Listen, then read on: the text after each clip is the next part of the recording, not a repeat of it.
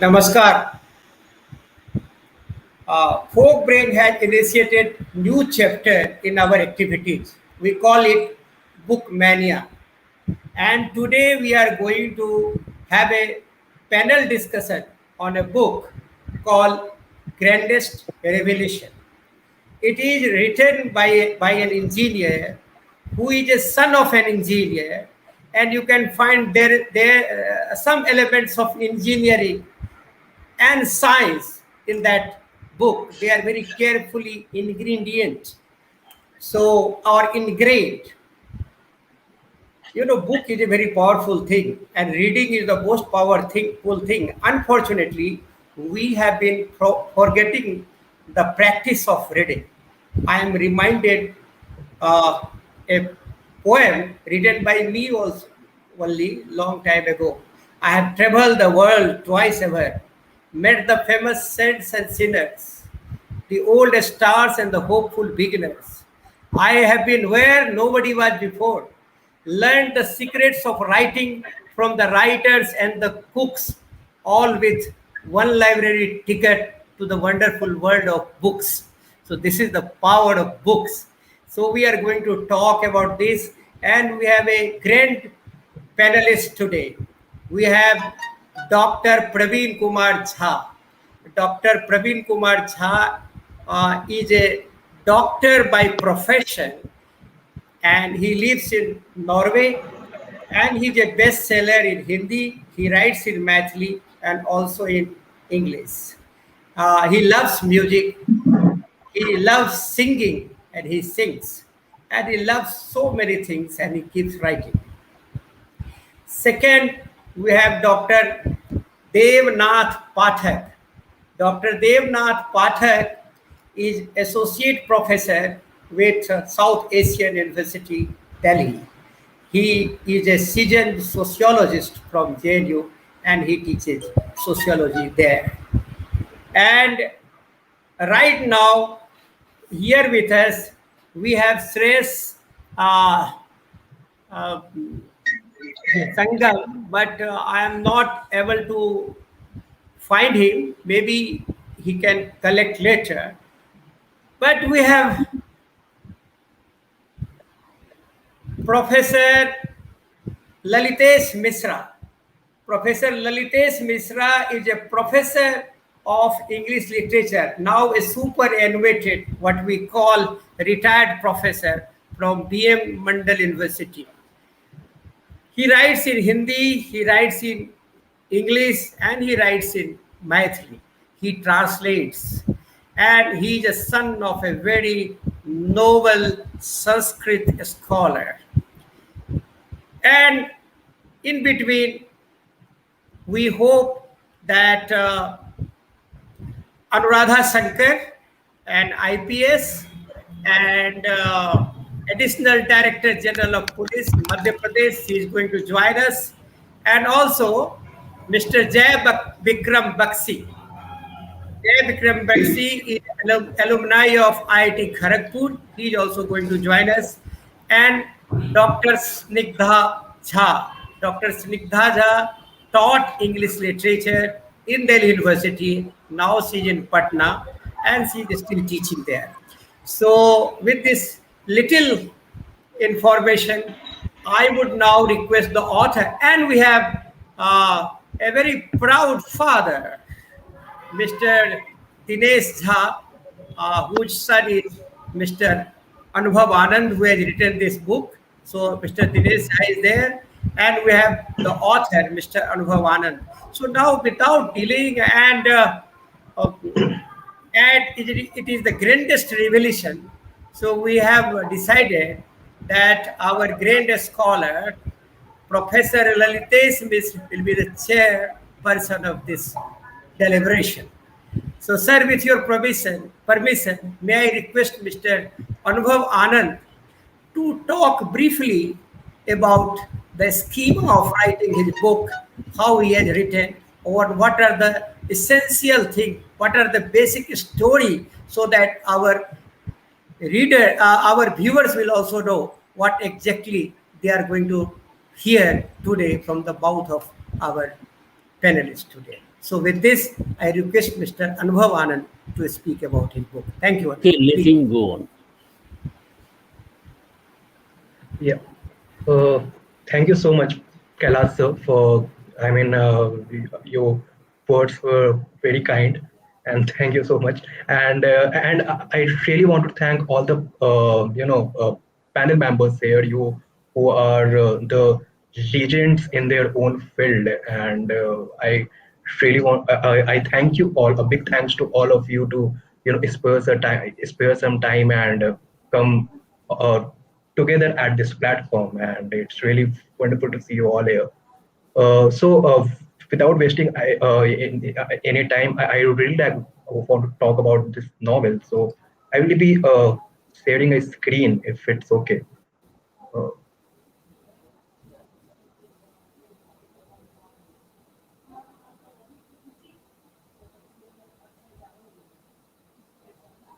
uh, so, so I want to talk about these 3 points: the history of the making, and about the book, and the challenges which I faced while writing this book.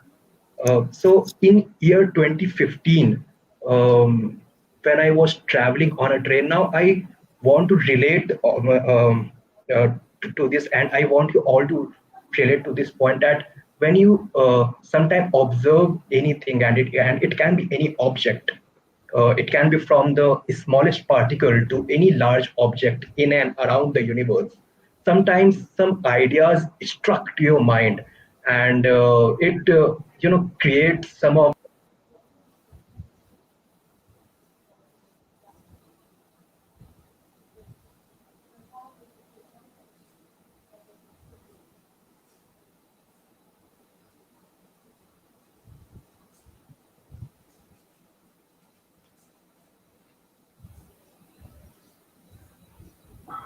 Did we just lost the connection with him? Yeah, he's still connected, but there is some, technological problem. Audio. I think, yeah.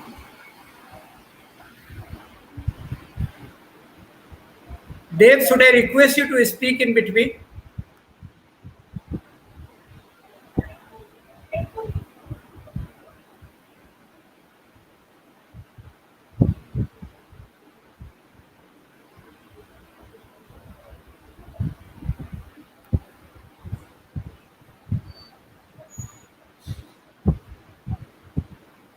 Dev, Mr. Devnath, Dr. Devnath Pathak, are you around? Yes, I'm here. So, Anubhav is not able to join us. So, you have read the book. So, I thought you should start talking about the book. And Ideally, we should listen to the author. I mean, or you can start with someone else. but as author is not here, so I don't think we should waste our time. And as soon as he joins, maybe in between, by that time you should finish your this thing. No problem. Frankly speaking, that's why in the beginning itself, I asked him what really triggered his interest in writing this novel. I was genuinely curious, so I was looking forward to. Let me add. Wait. I think he has joined. Yes, right. Good. Let me see if I can. It may be slightly unfair if we go about. He's here. Yeah. Yeah, he's here.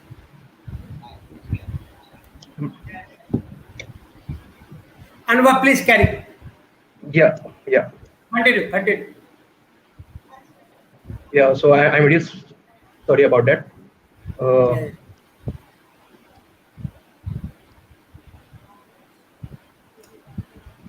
So I was talking about the ideas, and sometimes when you observe some things and it struck to your mind, at that time, that you have to work on that, and the same thing happened with me. While I was traveling on the train, and I saw a star on stars, and I just thought that they are so, I mean, they are so big, and we can really use them in some way. And if just I just imagine that uh, if some, I mean, not all, because I mean, because they have abundant source of I mean, source of power and energy. But if some of that can be transformed into a human form, and they are given the perks of a human, then what will be the scenarios? I mean, how they will walk with their life. So that was something which I mean, the idea that originated at that time. And until 2018, I researched on several science scientific concepts, like I mean, the forces behind the universe, about the stars and their names, then the dark matter, dark energy, and some of the astrophysics concepts. I wanted to relate all that to a single platform, to a single point, so that I can begin my novel. Because if I wasn't able to do that, then I cannot write the book, because I mean there was no motivation behind me that I can pursue this concept and I can actually create this idea into a book.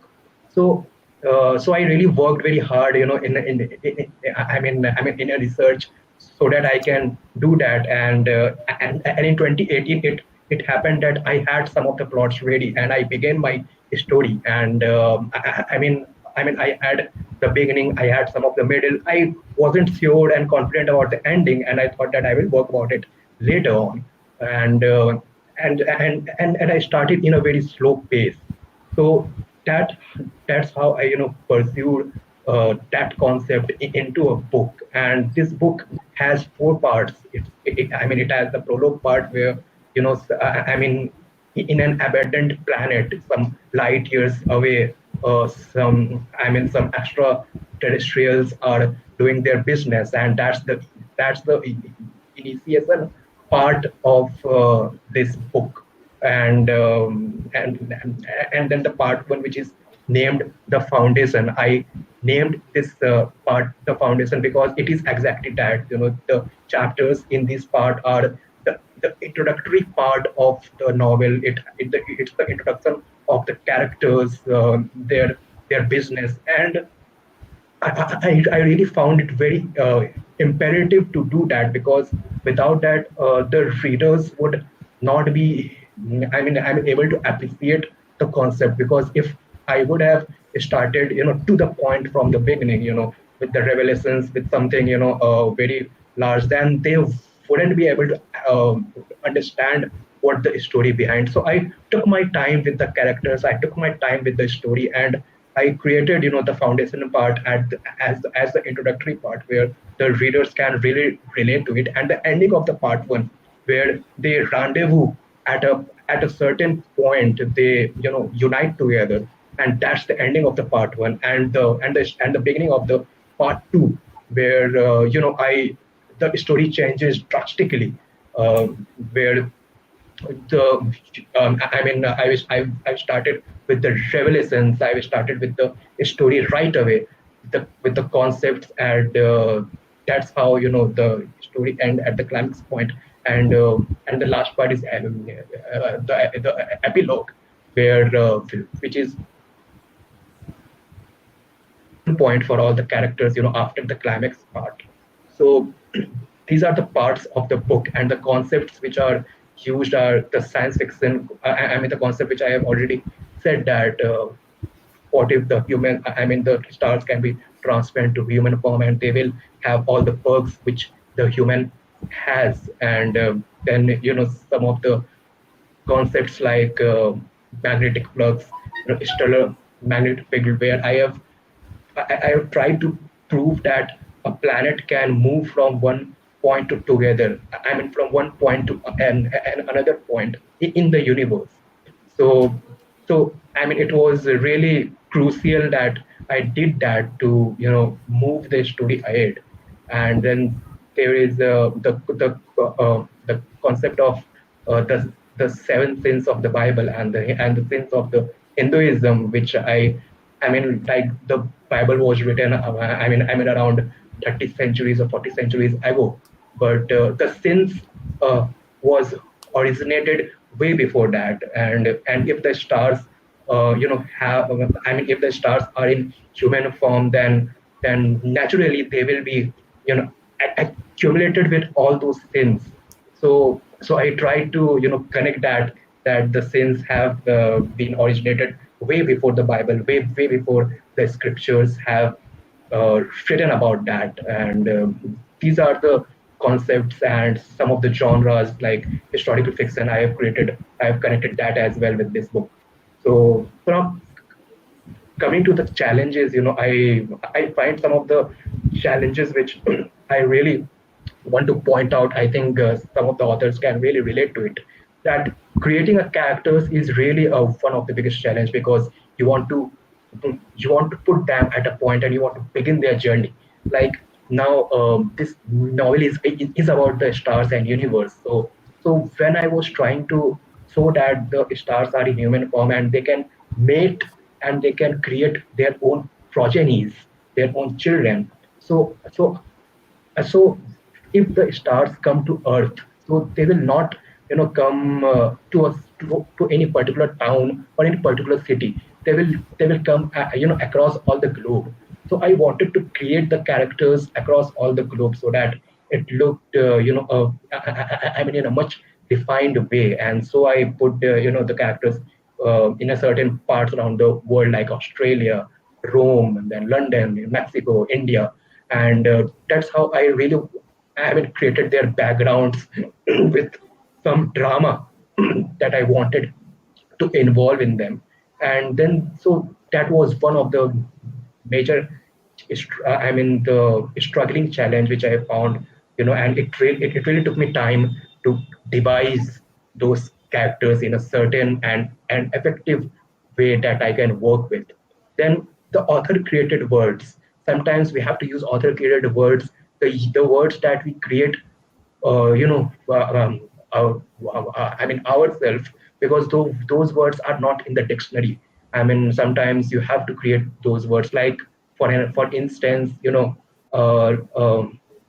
the stars are communicating together, then they will definitely not communicate in all the linguistics that we have on Earth. I mean, they will have their own language. Like for instance, if tomorrow, I mean, any extraterrestrials or an alien will come on the Earth, so they are not going to communicate you with, I mean, in English or in the language that you know of. They will have their own language. So I created an ancient language which is known as Staridad. Then like the descendant of the stars. I created that word demi stars, which means half stars. So I created those words in a way that the readers can connect to them. I mean, it's not like that I created those words, the first word that came to my mind. I had to really formulate those words in a with a logic behind that, and that really took me a time. I mean, that was one of the challenge, that I took time to create those words so that it can really connect with the readers, and and the readers can really feel them rather than just read them. So that was one of the challenge. And lastly, explain. This is the one of the biggest challenge which I found, that when that since I've used several scientific concepts and several, so those concepts, I mean, I wanted the readers to really understand them, because if I will be writing in a simple form, then it will really look bad, because it will be really, I mean, that will really not uh, create a impact on those concepts which I thought. Then again, if I write them in a very complicated way, then the readers will never understand them, and that will be really disgraceful. So I really created, some of the paragraphs, some of the words, and I put them in a very detailing way, so that the readers will not find, uh, you know um, I mean, they will not find it difficult to understand them.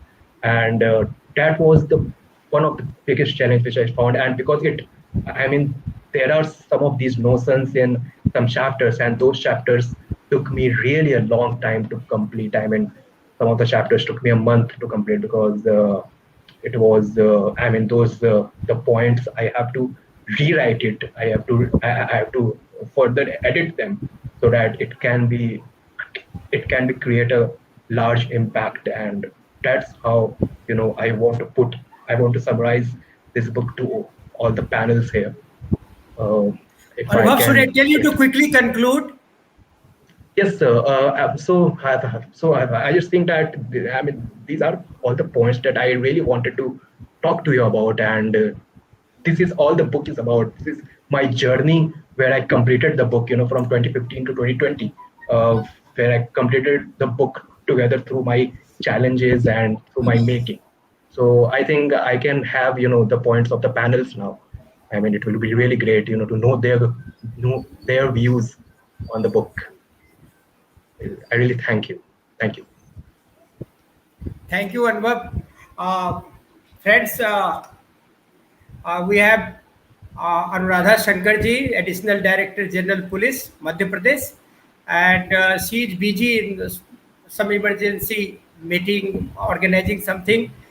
But I have emotionally blackmailed her to come for 10 minutes and bless the author. So she has kindly agreed. So without wasting my time and her time, I would request Anuradha Shankarji to please say something about the book and what she thinks about. Thank you, Kailashji. Emotional blackmail is just the right word because you're a very compelling kind of person. I'm very sorry that I agreed to your pushing because because I am very out of depth when I haven't really read the book. And Anubhavji, I just heard you a little bit. I couldn't hear you also since the beginning, but I'm sure that you have, thought out what you've written, and you have invented a language that's interesting, because that's one of the most interesting things to do after J.R.R. Tolkien. Maybe you're the one who's invented a language here for a book. I just actually went through your prologue, and I'm an honest kind of person, so I will not speak before I have read your whole book. But I congratulate you on this effort, and I'm sure that you'll hone your skills further. You'll get a better audience, more audience, and there's one thing which my mother says always. I think she learnt it from our mine and Kailashji's and everybody in Bihar, and in fact in India, everybody's godfather, Baba Nagarjun. He used to say that लिखने के लिए पढ़ना बहुत ज़रूरी है, or unless you've read a lot, I mean, I'm that kind of a person who's terrified of writing because I think of myself as a very ill-equipped person and unread person. And I was just telling my daughter that this is a science fiction that they want me to talk about, and my game stops at I mean, we had to read Isaac Asimov and H.G. Wells, and she said people will laugh at you. Well, I've read a little bit of Philip K. Dick, and my daughter made me read some China Miéville, but that's it. So I'm very sorry that I haven't been able to complete your book. I mean, not even properly begin it really. And but I'm also very happy that you have lifted your keyboard to this. I'm sure you never lifted a pen to this. So you lifted your keyboard to this, because now these are not the times to lift a pen to anything, isn't it? So and I hope I hope I'll be able to get through this, because I mean, Madhya Pradesh and Ganpati and all are busy times, and there are some things happening here, and I'm very caught up in that. So whenever I have leisure, I'll definitely go through it, and I'll get back to you through our very compelling Kailashji, and my best wishes to you for your great future. Thank you so much. Have a great future ahead. Thank you, Anuradha. I have requested Anubhav's father, who resides in Singrauli, your state, Valli, to go to you and deliver and hand over you the original book, the hard copy of the book, so that That's you very can. kind. That's very kind of you. Thank you. Yeah, so yeah. much. You can read it in your pleasure time. Sure, sure. Thank you so very much from the inner core of my heart. So may I now request Dr. It's Praveen always a Kumar pleasure. Jha. Always a pleasure to be with you. Maybe Thank some you. other day we'll be here for a longer time. Thank you. I'll just Yeah, sign yeah, off yeah, now. yeah, yeah, yeah. Of I'll course, sign off of now. course, of course. Thank you. Dinesh ji, please hand over one book to ma'am whenever you go to Bhopal. I will give you her address and everything. So may I now request Dr. Praveen Kumar Jha to say something, because I handed over the book, the soft copy of to him, and he did it. And only when he told me that he has completed the book, I decided to organize this panel discussion.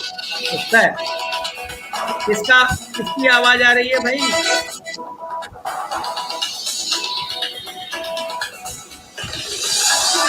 मैं देखूं किनकी तरफ से आ रही है.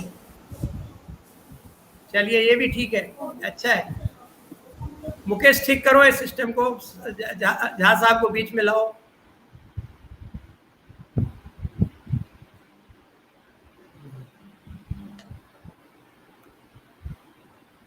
Yeah, anyway, I will. First of all, congrats, Anubhav. You have written a very big book, I would say. The science fiction novels, even in the time, in the past, they were very thinner. And you have written some 400 pages. I think even the normal novelists don't write that thick book. But definitely, I would say that I will just talk about the construct of the novel, because I like it. If at all I think of writing a fiction, because I'm a writer myself, so I get a lot of ideas from you. And as Kailash told that I am a lover of music, so your book pattern, I think 40 chapters or something you have constructed, and it's actually like how the Hindustani music goes. The first you have done what we call alap, where you just say the notes, different notes, and you have the characters placed there, and you have gone very nicely character by character, and like it's like an alap actually, that I am going through the different characters from different parts of the earth, and then you go to actually join them, what we call jor in Hindustani music. So you join these characters in, and then it goes into the jhala and bandis, like composing the things, and tarana and all that. I mean, the thrill starts. So the construct itself is typically the science fiction novels. They start with if you read a normal novel, probably it would have started with what you did, the second part, the revelation, to get the people in. But I think you are testing a little bit of patience of readers in trying to, you're not opening up what is going to be the story in the end, except in the prologue you talk about something about the stars, but then the story goes a little bit like it's a suspense that builds up, and then suddenly it opens up, and it's a totally different thing, where the science, and I would say we discuss about stars being a character. It is not a new thing for the people who are in mythology or religion. Like every stars have a name, Saptarshi and Sharmistha and all that. So it's and as you said, even in the other characters, but it has a meaning when we say that stars have life, or when we say, like, if the grandfather is dead, you show the child that in the star he lives. So it's basically, the science also talks about that every human have the elements like nitrogen, and all the heavy earth elements probably would have come from a supernova, and we all have some content of the stars, technically also, chemically also. So it's not I wouldn't say what you have thought is a totally irrational concept. It's a pretty good holds with the science in terms of, and it pretty good sums up these two, science and mythology, the religion and science, and everything, all these complex things you have joined up, and which is coming up in the recent science fictions also. I see these things, and I would say that you would probably interest and probably for the young readers, there will be many questions rather than just thinking of some mythical characters. They will probably inquire into what is happening, not only from the scientific point of view, but also from the ethical and moral point of view, I would say. Many things have come in this novel. So I would really congratulate for the construct and for the entire plot. Thank you. Thank you so much, sir. So, musical echo in science fiction, that is the main component, and congratulations to you again, Anubhav. This is a big comment you have received, and be careful of what he has suggested to you. uh, with this, may I now request uh, Sreyash Sangam. Sreyash Sangam, I said that he's a software engineer. No, no. He corrected me. He's a mechanical engineer. So I would tell him that as an engineer, as a young reader, what is his view, his take about the book, Mr. Sreyash Sangam? Sure. Just wanted to confirm, can you all hear me and see me? Yeah. Great. First of all, at the outset, I would like to thank you, Kailash sir, for inviting me on this momentous occasion for this great book in which I am collaborating with some of the best panelists with excellent intellectual aura. And so thank you very much for inviting me. The core of today's discussion is definitely our reverend author, Mr. Anubhav Anand ji. So just to share with all the viewers, I'm a Lean Six Sigma and continuous improvement engineer in a corporate company by profession, but a reader and writer by passion. And the passion of mine towards reading and writing definitely gets rejuvenated when I come across, I call it as an epic, a literature epic, the grandest revelation. I will quickly share very highlights of why I believe so.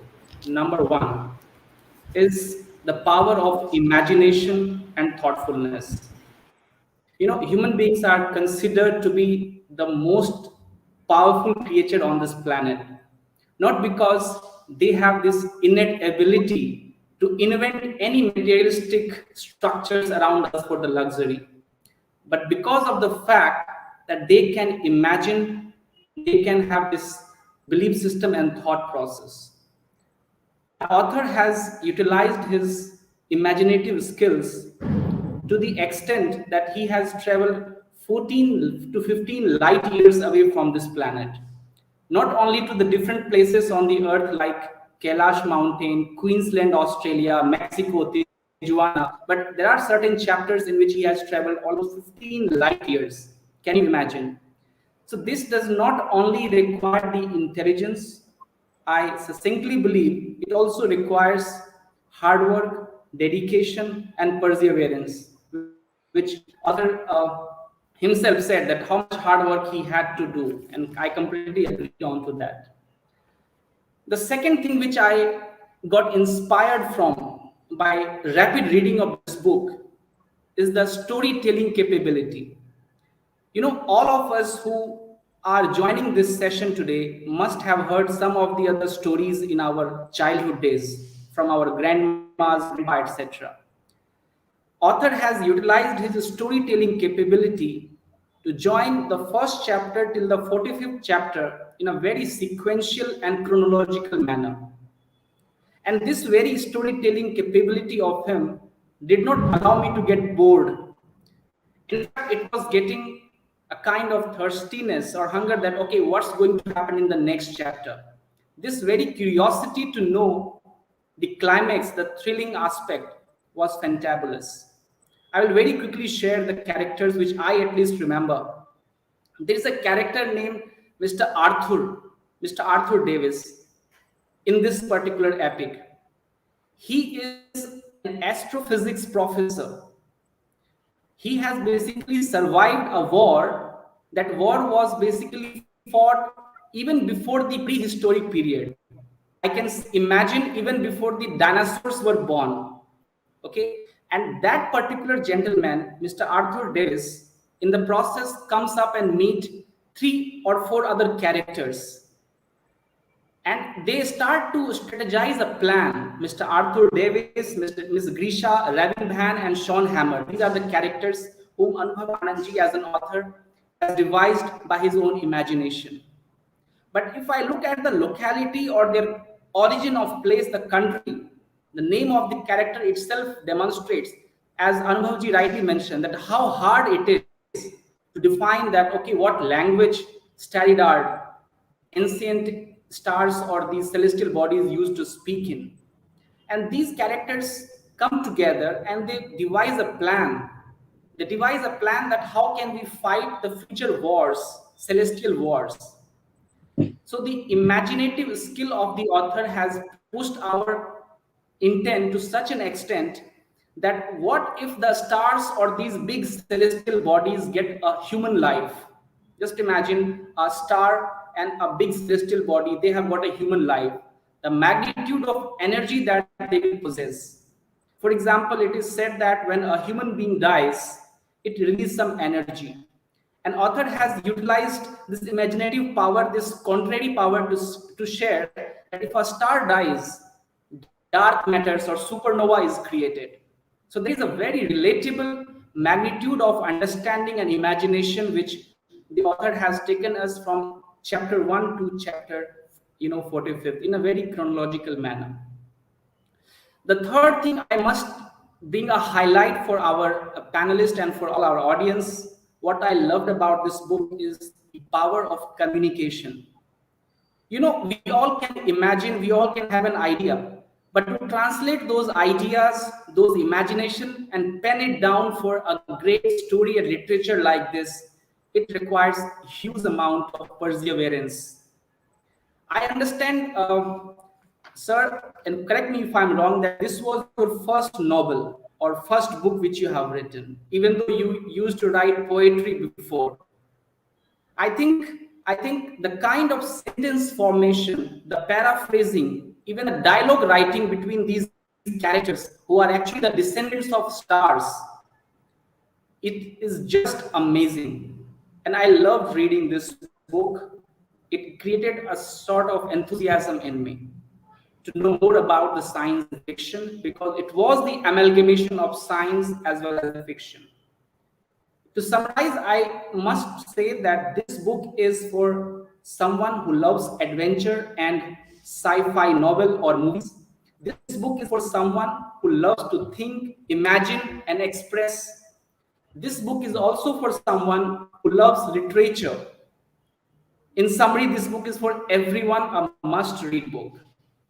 But with the permission of the author, to conclude, if I may give one request or one suggestion that, in this particular literature, you have traveled to the extent of 15 light years or so.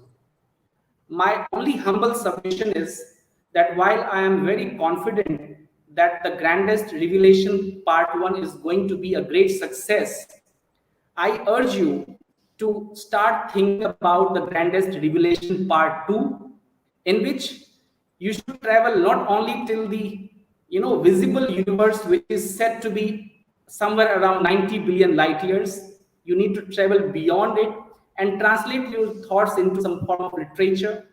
I think what requires also in the society is how we can utilize our imaginative skills to think out of the box, to think beyond the boundary, beyond the limitless boundaries. We have a lot of respectable, reverend panelists to speak. I won't take much time. I will just say, Anubhavji, all the very best. And it was a pleasure reading this book. So best wishes for your great success ahead. Over to you, Kailash sir.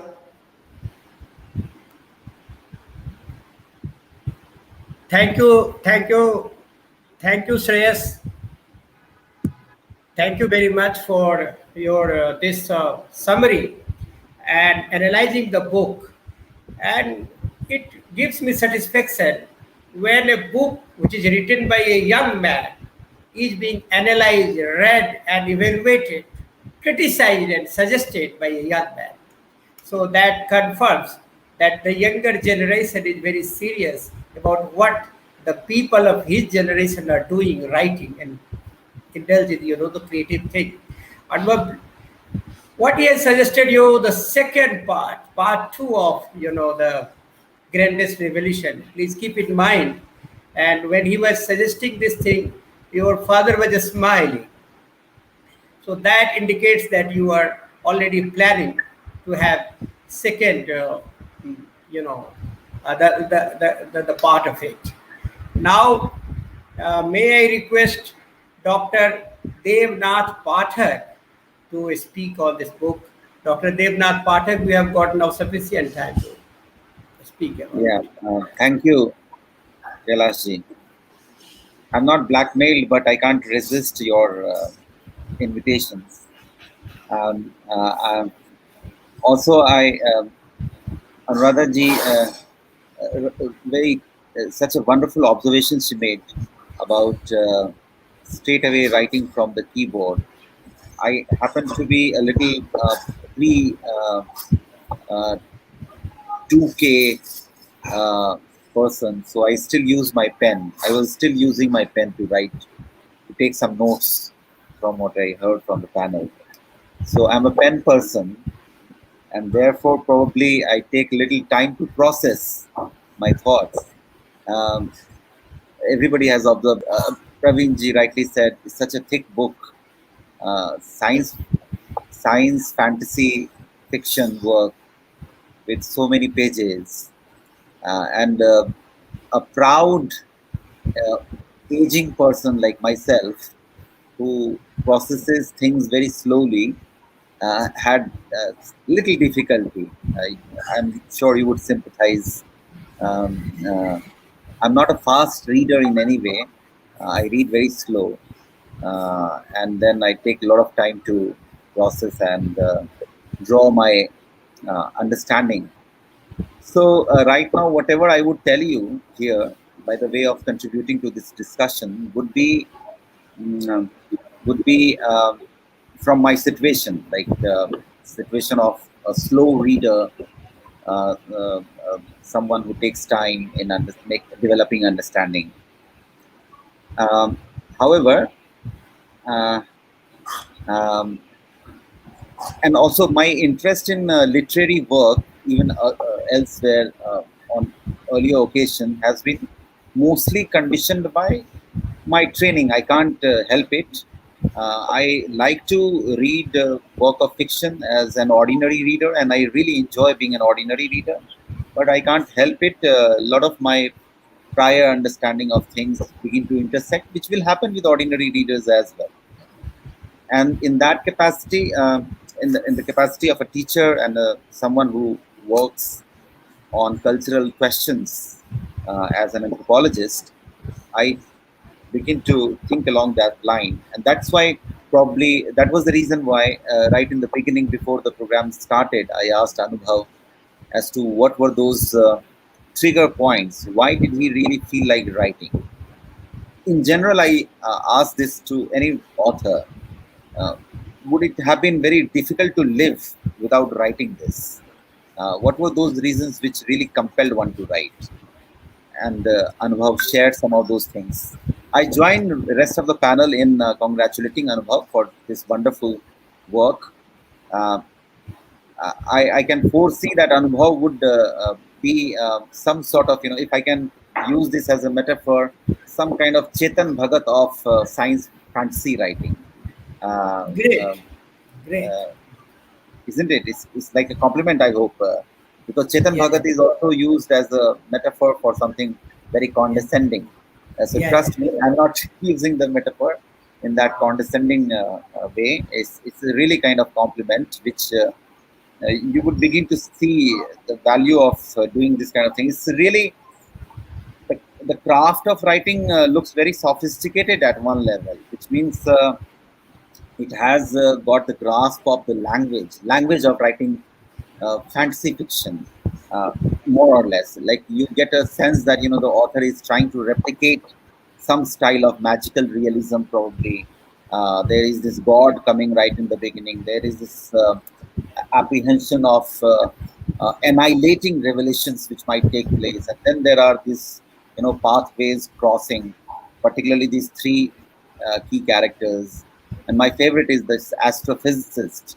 The first time in the first chapter, when it appears, I thought that probably there would be some kind of Mary Shelley Frankenstein's monster part 2 or part 3 or maybe part nth happening in this novel too, but it is not exactly that.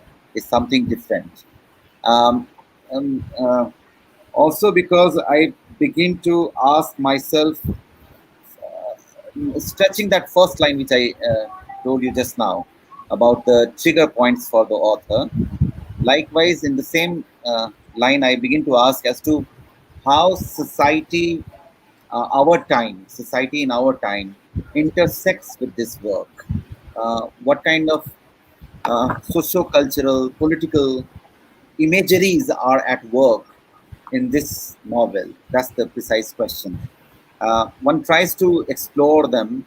Um, However, unlike many of the other kind of science fictions one may have read, some of them were named, some of the classics were named by Anuradha ji, wonderful classics. We have all grown up reading them.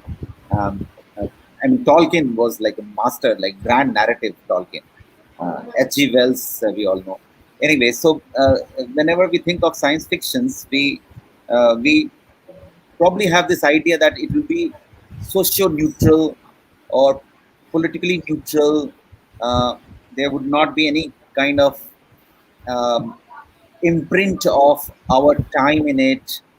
But then, with the grandest revelation, one is invited to rethink that expectation, probably. Uh, One begins to rethink, and I'm saying this based on my uh, partially processed understanding of the novel. One has to rethink whether this is the right expectation on part of a reader. Uh, is it fair to expect that there will be social, political imageries present in a work of fiction, particularly in a work of science fiction? At one level, I feel that there is already those imageries present because uh, lately, pandemic years has been the time when we began to ask a few fundamental questions from science. In spite of the enormous help that we get from medicine, science of medicine, we also have been asking other kind of fundamental questions whether science can really offer us the absolute truth.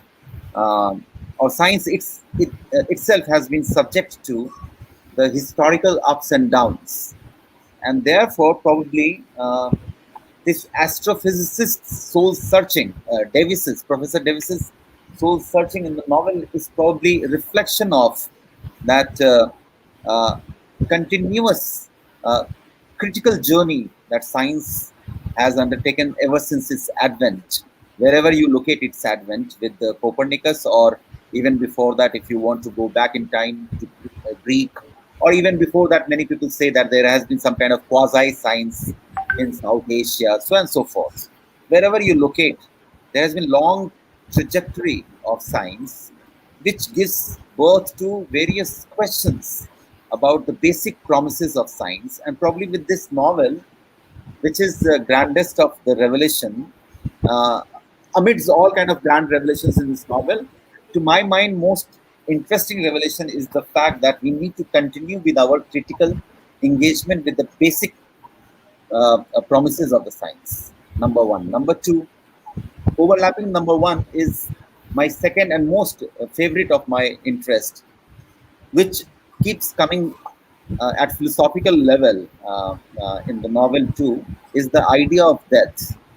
On this idea, I remember I had the opportunity of having long conversation with the Dr. Kailash Mishra, a very experienced, very widely read, and such a vast gamut of knowledge he possesses.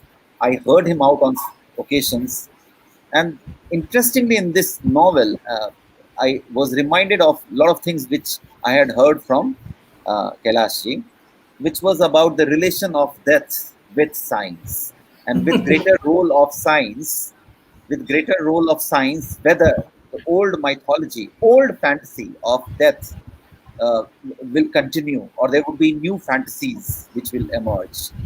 So I felt that with this grand revelation, there is another revelation that probably new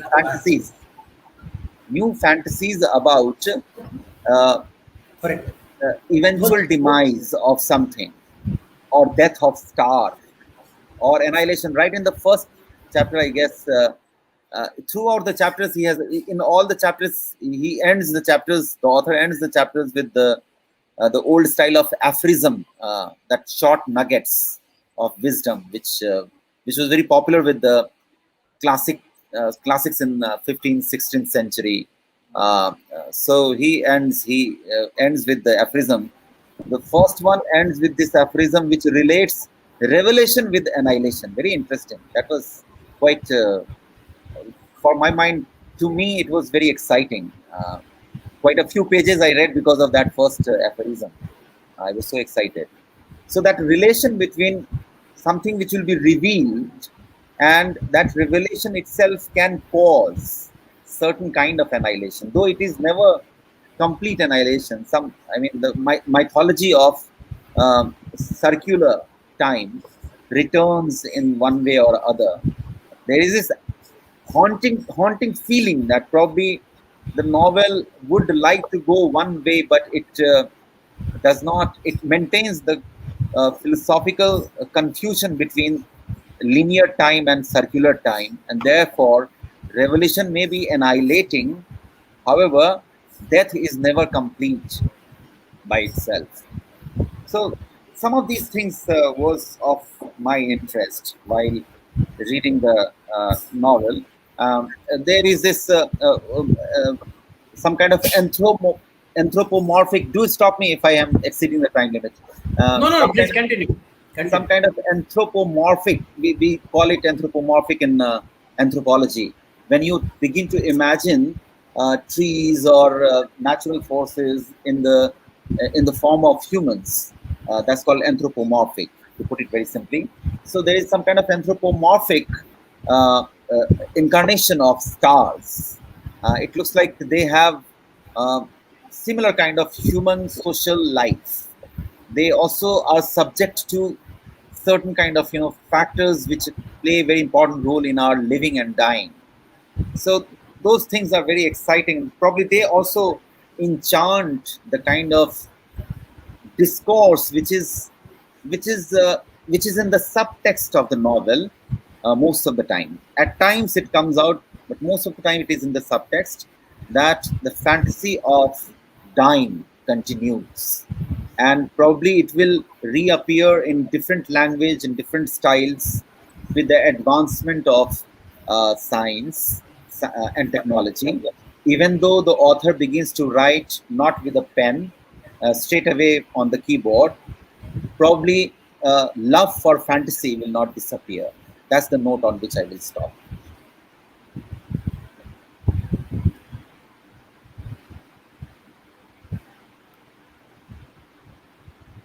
Very nicely explained. Some suggestions were made, and the quality of the author was praised. And this is what the way Dr. D.N. Pathak works. Anubhav, you can learn the art of rethinking, reorienting, and consolidating yourself when you are again going to write a fresh novel, and maybe the part 2 of it. Now, may I quickly request uh, Dr. Snigdha Jha, Dr. Snigdha Jha to speak. Before I request her to speak, I should tell you that Dr. Snigdha Jha is has done her master and PhD in English literature from the University of Delhi. She taught for almost for 10 years in the University of Delhi in various colleges. Now she is in Patna, and she is teaching at Amity University, Patna. and she is very well thought, well oriented, and very brilliant scholar, writer also. So may I request Yes. Smita to speak about this knowledge. First of all, a very warm welcome to all my honorable co-panelists, respected host Dr. Kailash Mishra sir, my erudite author Mr. Anubhav Anand, and all my family, friends, and relatives who are watching and who took time out of their busy schedule to watch the panelist. A bouquet of thanks to Dr. Kailash Kumar sir, because I think he has exaggerated what I am, because I'm a good writer, but when it comes to oration, I think I am not as great in oration as I am in writing. Not great actually. So forgive me for all of the auditory sins if I commit, because I suffer from, you can say, some type of straight fear also. But anyway, let's start with the before starting my discussion on grandest revelation. Let me first make a revelation myself. When Sir Kailash sir gave me the opportunity to talk about this book, just seeing nearly 400 pages, I was like, how am I going to complete? I have my son's exam is going on, and then there are certain other household responsibilities too. Plus, then there are classes scheduled back to back in MET. But then my inner consciousness rebuked me that what is the use of teaching? You teach your student day in and night, that whatever streams you are in, be it in humanities, be it in commerce, you should enhance your readability skills. And if I, being their teacher, if I am just I just wanted to procure the summary of the book from some sources, and I just wanted to speak. But then when I started reading the book, I must admit that I was so hooked to the book that in spite of trying hard to live it, I left the book until and unless I finished it. And I must admit that it is a very good read. My author friend Anubhav Anand has done a brilliant job. As for me, it is a type of, you can say, my divorce with science. As in 12th, it is an association. It is that there is a kind of patches with my science stream. As in, when I read the book, I thought that no matter whether I will get enough time to explain all the terms, I will do a type of research about whatever topics that has been mentioned here, as in the worm theory, then magnetic flux. I completely forgot everything. But then I took the help of my husband, who is an IITian, and one of my nephew is preparing for IIT entrance. And I must admit that it is very good read always, and the reading has just, you can say, it has just enhanced my knowledge. And in future, whenever, even if I will try to write a book, I must say that Anubhav Anand has provided me a guideline, as in how to write the novel, how to make the plottings, how to do everything and anything. Okay, so all of you, I think most of you are know about the book only, but let us, as in the author himself has mentioned that he has divided the book into 4 sections. As in, first is the prologue, then there are then the foundation, the reawakening, and lastly the epilogue. Okay, the prologue part, as we say, it is about an incident that is actually happening some light years away from Earth at an abundant planet, and it was through this that the storyline starts operating slowly and silently. When we start, we just keep on flipping through the pages, and we are in the second part. We are getting introduced to the character, and the character demi-stars they are called. And the concept of demi-stars and creatures in itself, it is a kind of, I'm a bit into mythology and all, and I felt when I was reading about this demi-stars and creature, I was reminded of the Devasur Sangram, when the bedtime stories that has been narrated by maternal or paternal grandmothers. It was like these demi-stars were like the you can equate with the Devtas and this. It is just my perception. You can correct me if I am wrong. And this creatures, they were like asur. And there also we see that in the Durga Shapshati only.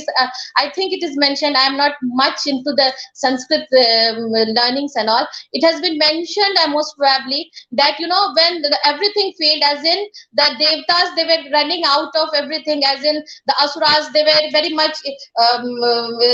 much mighty and ferocious, and they could not overpower him. So they collected the approach Lord Brahma, and they collected all their things in one go and said that that a thing should be something should be there which we should help in the annihilation of all the asuras. Similarly, in the novel, I felt the same while reading the novel. As in, if you read the novel, you will see that towards the light, by the use of trickery, this Lord Leech, he is supposed to be the creature. He's supposed to be the head of creature gang, and he is a very ferocious kind of man. As in, just by looking into his eyes, which which is like very red, and it is dangerous. Just many of the it is mentioned in the book itself that many of the people, they mortals, as in here, the best thing is that by utilizing his imaginative skills, Anubhav Anand, as has been mentioned by Shreyas ji, I think that he has we humans are on the top of the evolution tree, but he has here made, he has just weakened the human race also, telling that demi stars are better and creatures, so anyhow they have to be better. And ultimately towards the last of the novel, by the use of trickery and all, Lord Leech is able to, this man is killed. Cyrus is killed. Then Kevin Davis, Cyrus's two sons, Kevin Davis and Rabin Bal, both of them are killed. And but still, that was also because of trickery. Someone from the Stars group only, they helped him, and as a result, the devastation happened. And ultimately, the Stars said that these demi stars, they are all novices. So the best thing is that we should hide in our thing. So here also it has been shown that, and then he has used the concept of, I think, wormhole. I'm not very good in science, but about the wormhole, that by use of some physicist, and it has been propounded by Einstein, I think, that by the use of anything, means just by you can trespass the boundaries of space and time, and you can move to some other places. Then also I was reminded of Lord Narad, as in at that time also,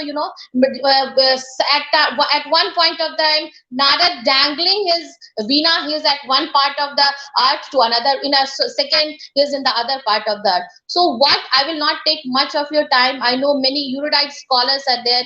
They want to, what I want to say, that when I read the book, though I time and again I'm telling that I really don't like, I'm not much into science fiction and all. Even in the collection of my book, when I was a child, I mostly like the romantic novels and the novels that speak about the emancipation of women and all. So I was not very keen on reading this book. But when I read, it has changed my perception, and I have started liking the science fiction. And I think after this book, I will, in my collection, I will start reading all the science fiction, starting with Aldous Huxley, The Brave World. I have read it, but I have forgotten things about it. And the book, as in itself, it is a must read for all science students, because it will enhance their imaginative skills, as in the concept of wormhole, vacuum influx, it has been exploited. This technocrat, he is not only good in that, I think, the scientific knowledge and postulating the facts, and only he has conglomerated both the knowledge of science and the literature, and he has created his magnum opus. And I think that we should definitely write the second part of the book also. And before, while researching on the book, I consulted some of the critics also, and some of them were that their presentation style of the book is not good. But believe me, without any exaggeration, I feel that even the presentation skill is not bad, and it is a very good book, and it is a must read for all the aspiring science students, literature students, and in short, everyone. Thank you very much. Thank you. Over to Kailash, sir. A must-read book for science student, literature student, and I am going to follow the pattern in which Anubhav Anand has written his novel. I would follow the same line of action. I will write my novel. These compliments come from a seasoned university professor from the University of Delhi. That is your achievement, Anubhav Anand. Thank you, Dr. Thank you. Snigdha. You have presented your thought very well.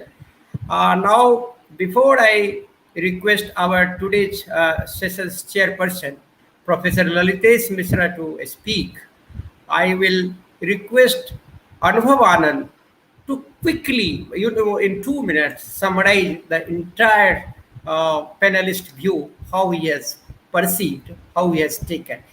Please summarize your thought in 2 minutes. Thank you. Thank you, sir. Once again. So, I have heard, all the panels, and it's really, intriguing to hear from the from the persons who have, achieved so much, in their life and in their journey of life. So, I'm starting with ma'am, Anuradha Sankar ma'am, the one thing, which I really liked about her is that, she said that a quote from Baba Naga Arjun, that if you want to write something, then you have to read. You must have the habit of reading a lot, and that I really believe it, because reading is something that creates a lot of idea in you. If you're not a reader, if you're not an observant, then a certain part of your brain freezes, and you cannot be as much creative as a reader can be. Really, that was one thing that I really hated. And then from Dr. Praveen Jha, sir, he connected with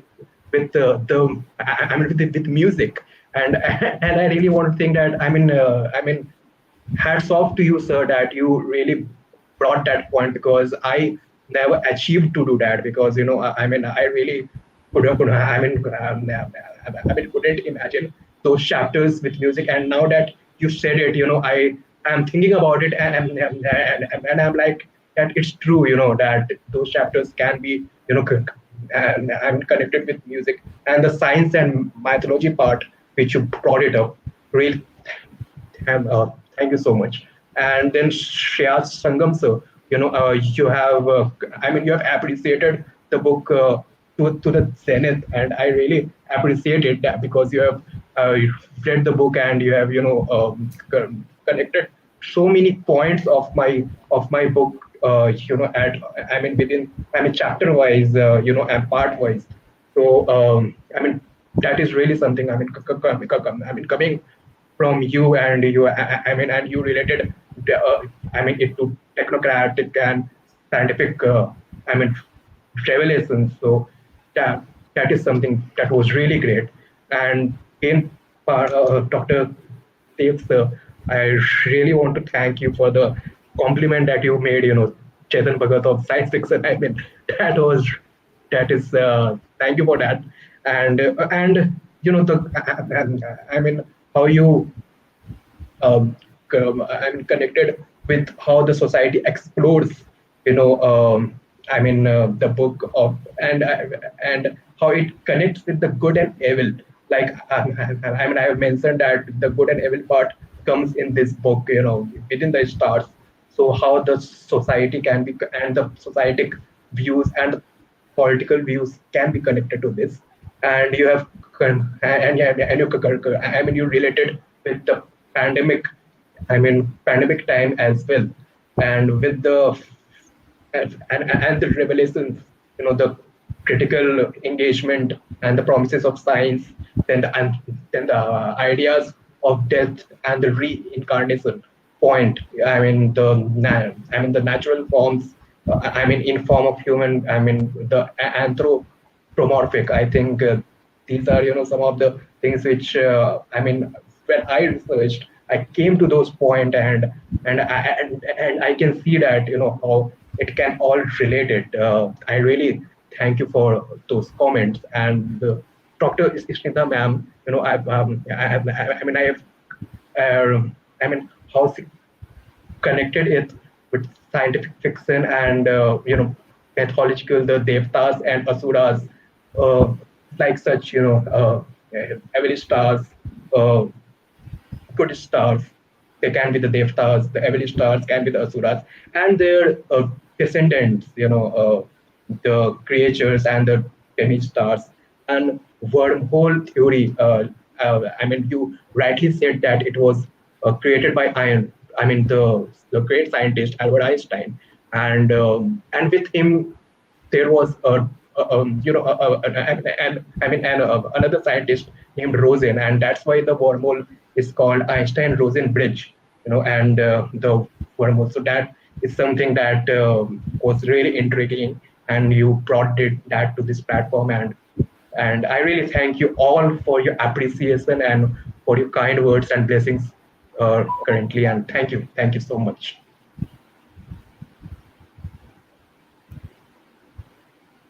Thank you, Anubhav. May I now request our chairperson of this session, Professor Lalitesh Mishra, to share his thought. Sir. Sir आप अपने को unmute करें sir. We can't hear you, sir. Please unmute yourself.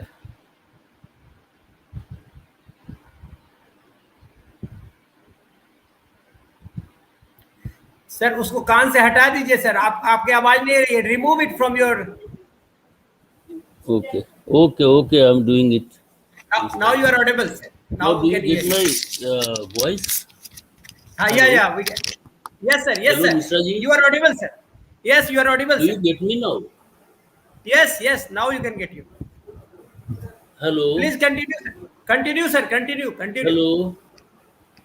Continue, sir. Continue. We can hear you. No. नहीं जा रहा.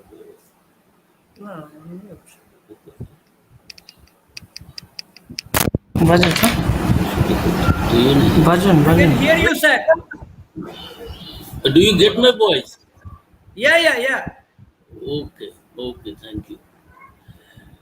At the outset, I would like to express my indebtedness to the founder of the Fourth Brain, Dr. Sreyash Mishra ji,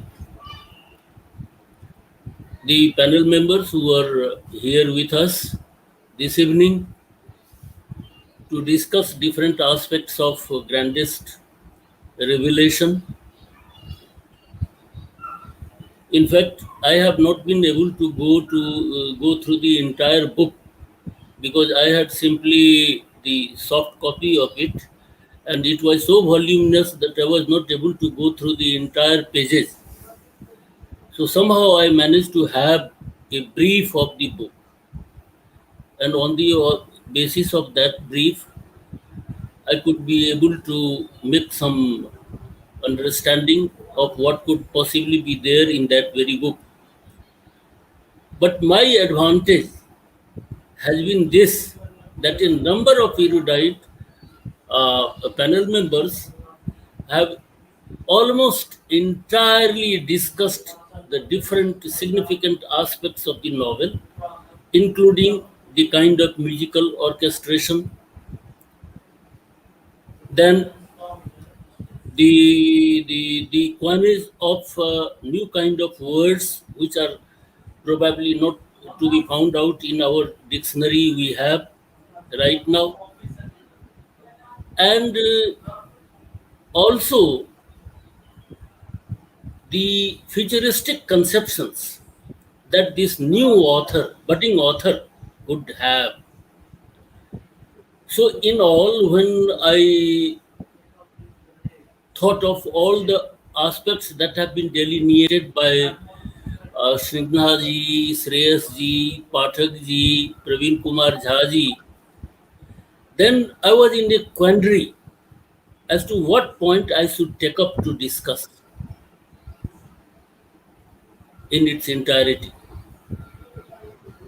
Only one point that I could find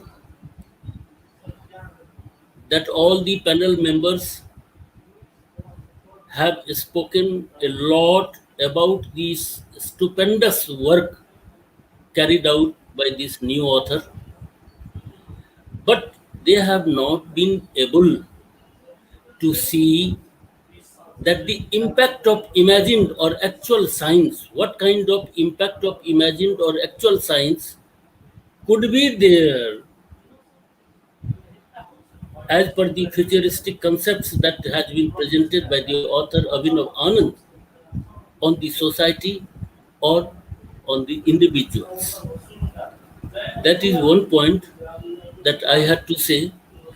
One yet another point that I would like to say, that if the greatness of a particular work is to be evaluated, some sort of comparison has to be made.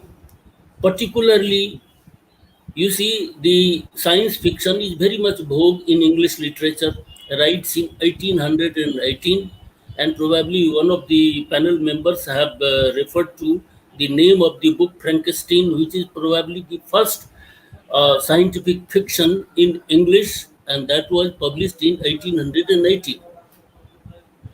Thereafter, a number of books were there in the category, in the genre of science fiction. In India as well, almost towards the close of the 19th century, a number of books to be called science fiction were written. I have gone through some of them.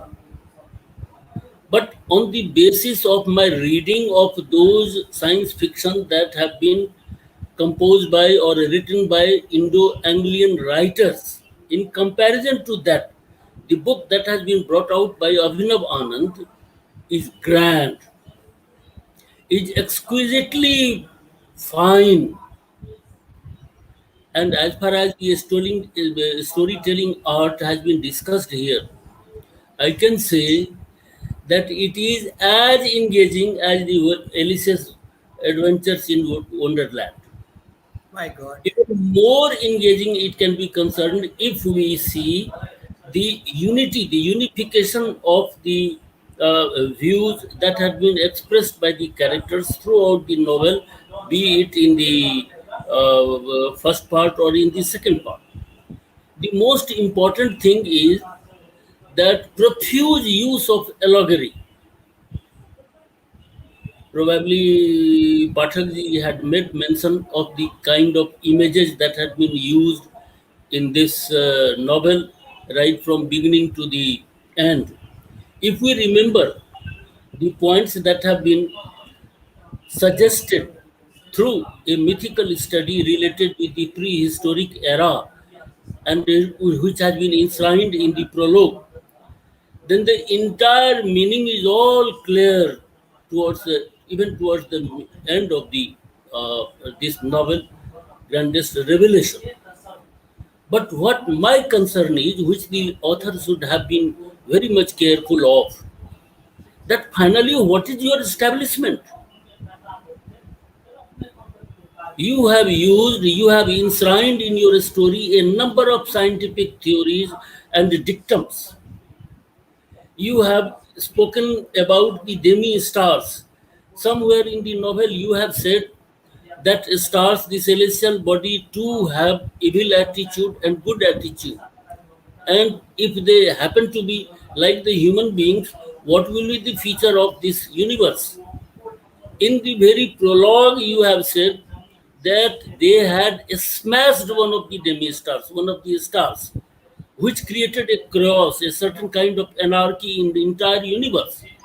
So if you conjecture this situation, that when stars turn to be like human beings, you have also stated or suggested 7 deadly sins as referred to in the Bible. So how do you think that if such a situation take a place, what will be the condition of this universe? That point has to be elaborated in a very expressed way towards the end of the novel. Otherwise, as far as the charm, as far as the corollary, unified corollary of the incidents that have been mentioned, incorporated in the novel, is quite impressive, and probably it might be an exaggeration if I say that the Indo-Anglian writers, whatever Indo-Anglian writers have given us in the form of the science fiction, probably this grandest revelation surpasses all. Beautiful expression in a beautiful language. And one of my panel members was telling that the musical orchestration is superb, so scintillating that any common reader who is not even aware of the scientific dictums and scientific conceptions, they might also feel regaled, charmed. Such a kind of charming situation has been created in a very, very covert manner by the author. So these are some of the observations that I could have on the basis of the surface reading of the book. But I simply wonder that such a young man, an engineer, could conceive of such an idea. And in fact, the ideas that are amalgamated in this novel is, of course, a romance of ideas. I know of an English critic, Mr. C.N. Baura. He has defined what is romance. He has simply said that it is the heightening of the imagination. The heightening of imagination that Anubhav Anand has shown, has displayed in this novel, makes it one of the best kind of romance. So it's a romance of ideas which could have greatest impact on the life of humans if it is really or actually converted into a reality. So this is a great thing. This is one of the most significant aspects of this novel which I could think of.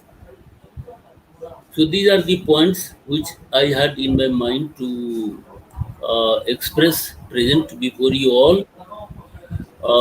As I have already said that I have not gone through the book entirely and could not have a proper understanding of it, but on the surface, on the basis of the surface reading that I could make, I found that these are the traits with which the book is ingrained and it deserves kudos. And I have every hope that any even common reader, when happens to go through this book, will like it, appreciate it, and will congratulate the author who could such futuristic concepts bring together and make it a lively reading through his novel, through his writing, through his musical orchestration. One more thing is very important. Like Mahabharata story, there is a forest of characters. And what do? They are drawn from different parts of the world, come with their new kinds of findings and explorations, and then decide to make a plan.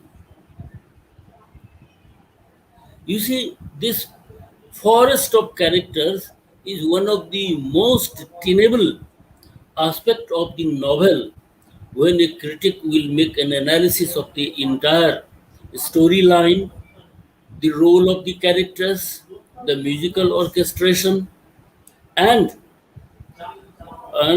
infusion of futuristic concepts. I am sure they will find it worth reading, worth appreciating, and I hope that even among the general readers, the book will be appreciated much. And among the lots of science fiction that we have in Indo-Anglian literature, this book probably will be considered as super.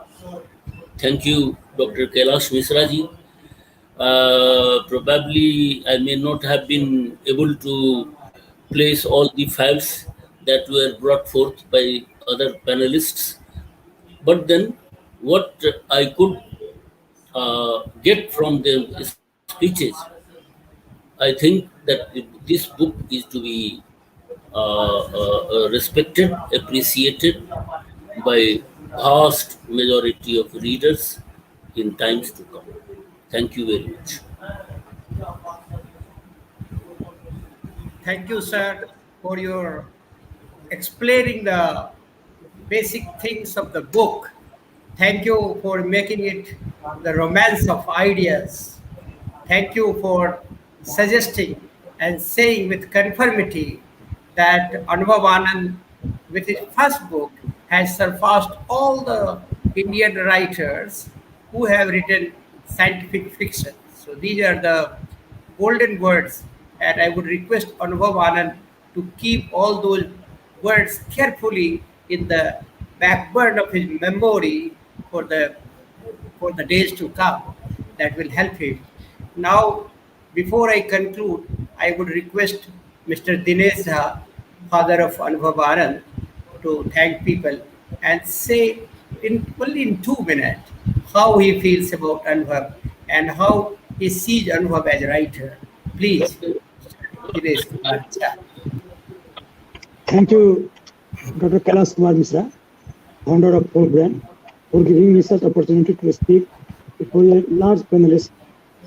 I had never expected to be a part of this panelist where a big writer, blogger like Dr. Lalitesh Mishra Sahab, Dr. Praveen Jha Sahab, Dr. Sreyash Jha, Dr. Nath Pathak, and others. I am a big follower of Mr. Praveen Jha. Whatever he writes over his Facebook, I literally imitate him, and I appreciate him to be the part of this panel. मैं सबका नमन बंदन करता हूँ इसमें, और मैंने देखा और I felt that all have blessed a lot to Mr. Anubhav Anand, and the discussion of the panel today will give a new direction to the writer as well as the future of the book, and I think this will be a great achievement for Anubhav Anand, and everything goes to Dr. Kailash Kumar Mishra, who has given such a big platform to Mr. Anubhav Anand. What about the book? Most of the panelists have given their ideas and views. That is a lot. I have just observed Anubhav Anand as a father. He has given a deep work while writing the book. Although the book was written in a big span of time, right from 2015, he had plotted. I was not known to the fact. I was not known to the fact even that he is writing a book. He was writing some poems, but not. I was thinking that he would write a book like novel-based revelation, which revealed me in March 2021 that he had written the book. I felt shocked that he had written the book on such scientific fictions and fantasy. Then I supported him and contacted different persons. So this is the story he has already told in this panel. But I can say I have also read the book. I can say as a father that it is a full of imagination, twists and incidences. And beyond the boundaries, he has taken a drive. And nothing is to speak more. Again, I congratulate Anubhav Anand, and I have deep respect to Dr. Sreyash Mishra Sahab, Dr. Praveen Kumar Jha Sahab, Madam Anubhav Anand, who is not here just right now, Dr. Kailash Kumar Mishra Sahab, Mr. Sreyash Jha, and Sreyash Sangam, who have given their blessing. And I hope that we will be getting blessing in future also. That's all. Thank you, Dr. Kailash Kumar Mishra. So, thank you, every panelist. Thank you, Professor Mishra. Thank you, Dr. Jha. Thank you, Shreyas. Thank you, Dr. Pathak. Thank you, Snigdha, and thank you, Madam Anuradha Shankarji. Thank you. Thank you. God bless you all. Thank you.